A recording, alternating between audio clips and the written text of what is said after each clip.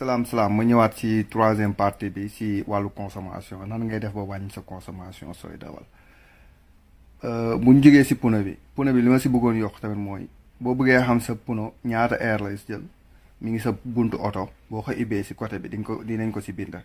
beneen bi ci topp aussi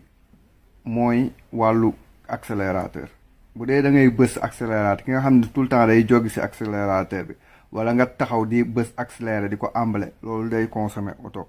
frein bu bëri aussi day consommer oto parce que au lieu ngay freiner mën ngay rétrograder wala mën ngay tegg sa tànk si accélérateur bàyyi oto bi ralentir loolu tamit boo ko xalaatee da ngay naan ok nit ki buy dawal dafa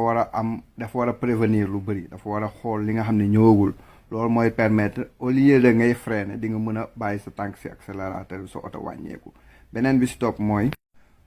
bi si topp mooy changement de vitesse tamit dafa am solo fi nga ko war a dugal